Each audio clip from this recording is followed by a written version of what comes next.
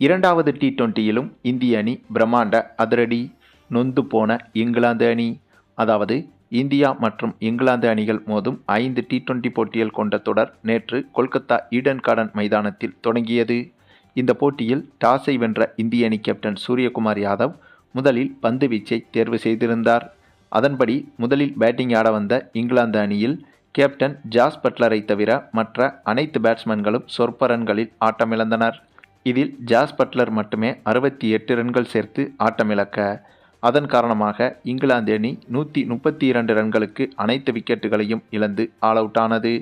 இந்திய அணி சார்பில் வருண் சக்கரவர்த்தி 3 விக்கெட்டுகளையும், ஹர்ஷ்தீப் சிங், ஹார்திக் பாண்டியா மற்றும் அக்சர் பட்டேல் தலா 2 விக்கெட்டுகளையும் வீழ்த்தினார்கள். இதையடுத்து 133 ரன்கள் என்ற இலக்கோடு பேட்டிங் செய்ய வந்த இந்திய அணி 13வது ஓவரிலேயே 3 விக்கெட்டுகளை மட்டுமே இழந்து இலக்கை எட்டி இமாலய வெற்றியையும் பெற்றது.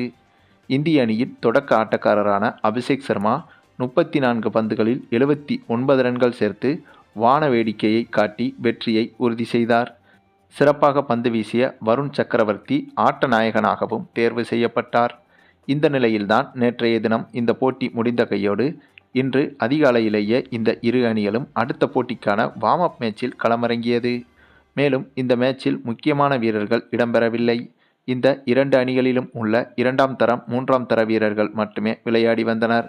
அப்படியாக நடைபெற்ற இந்த போட்டியில் நேற்று அதிரடியை காட்டிய அபிஷேக் சர்மா இந்த போட்டியிலும் அதைவிட பல மடங்கு அதிரடியை வெளிப்படுத்தியிருந்தார்.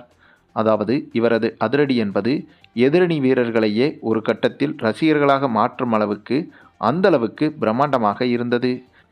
ஏனென்றால் இவர் பேட்டிங் செய்ய களமிறங்கி இவர் எதிர்கொண்ட முதல் 12 பந்துகளில் 9 சிக்சர்களை பறக்கவிட்டிருந்தார்.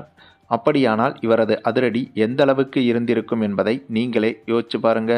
அதே போல இந்த போட்டியில் சஞ்சு சாம்சன் அதிரடியாக விளையாடி வெறும் 14 பந்திலேயே அரை சதம் அடித்து மிரட்டியிருந்தார். அபிஷேக் சர்மாவும் 36 பந்துகளில் 113 ரன்கள் எடுத்து புதிய உலக சாதனையையும் படைத்திருந்தார். அந்தளவுக்கு இந்த போட்டியில் இந்திய அணி வீரர்கள் அதிரடியாக விளையாட, அதன் விளைவு 20 ஓவர்கள் முடிவில் இந்திய அணி 333 ரன்கள் வரை எடுத்துவிட்டது. பின்னர் 334 ரன்கள் எடுத்தால் வெற்றி என்ற இலக்கோடு களமிறங்கிய இங்கிலாந்து அணியும் கூட ஆரம்பம் முதலே சிறப்பாகத்தான் விளையாடி வந்தது. ஆனாலும் கூட இலக்கு என்பது ரொம்பவே அதிகம் என்பதால் 221 ரன்கள் எடுத்திருந்த போது இங்கிலாந்து அணி ஆல் அவுட் ஆனது. இதனால் முதல் டி20 போட்டியில் வெற்றியோடு ஆரம்பித்த இந்திய அணி அதனை அப்படியே தொடர்ந்து இன்றைய போட்டியிலும் அதே அளவுக்கு அதிரடியில் மிரட்டியிருக்கிறது.